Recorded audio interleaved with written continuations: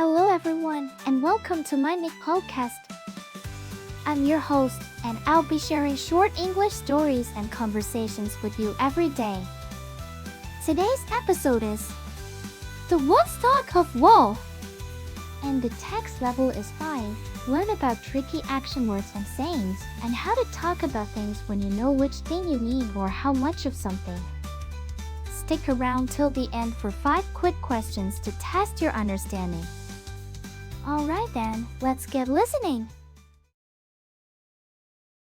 The Woodstock of Woe.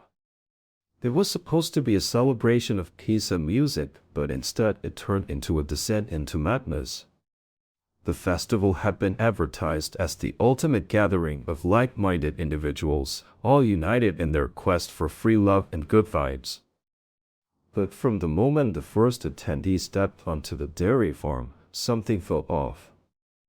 The air was thick with an eerie energy, and the music that filled the air seemed to take on a sinister tone. As night fell, the crowd began to grow restless. People started to act out in strange ways, as if they were under some kind of mind control. A young woman began to chant and dance, her eyes rolling back in her head as she spoke in tongues.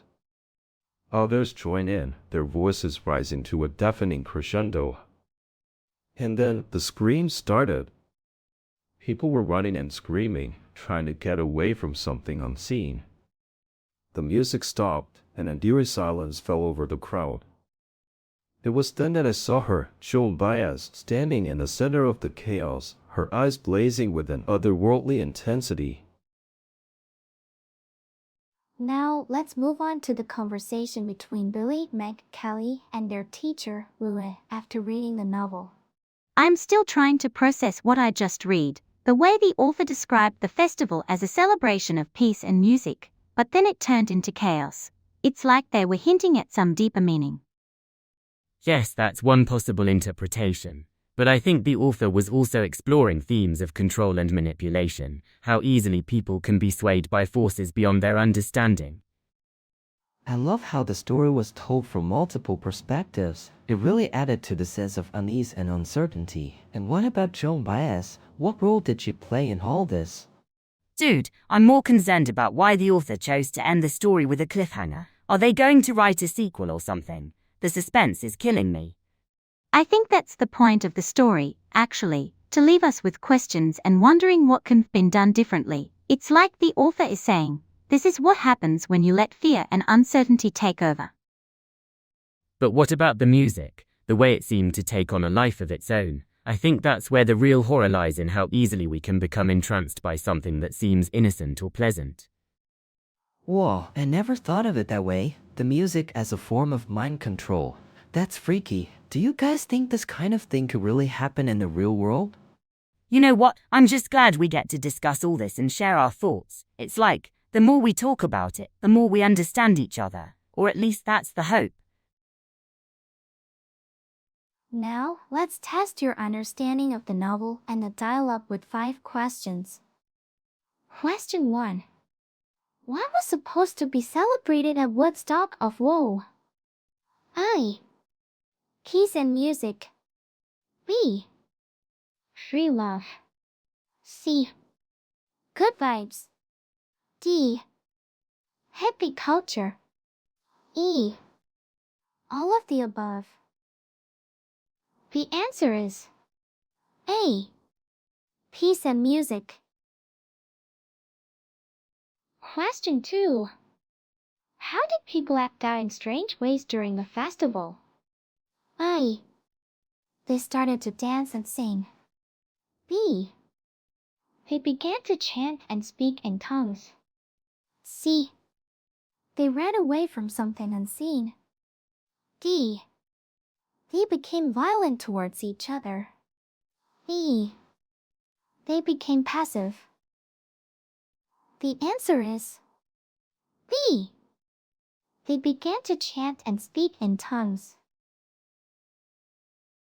Question 3. Who was seen standing in the center of chaos during the festival? I. Joan Baez. B. Bob Dylan. C. Jimi Hendrix. D. Janis Joplin. E. Eric Clapton. The answer is A. John Bynes. Question 4. What theme is being explored in the story about control and manipulation? I. The power of music. E. The influence of social media. C. The effects of peer pressure. D. The manipulation by forces beyond understanding. E. The impact of technology. The answer is B. The manipulation by forces beyond understanding. Question 5.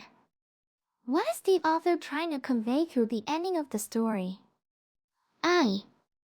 The importance of music in our lives. B. The need for control and order. C. The consequences of letting fear and uncertainty take over. D. The power of good vibes and free love. E. The impact of technology on society. The answer is C. The consequences of letting fear and uncertainty take over. That's it for today's quiz. How many did you answer correctly?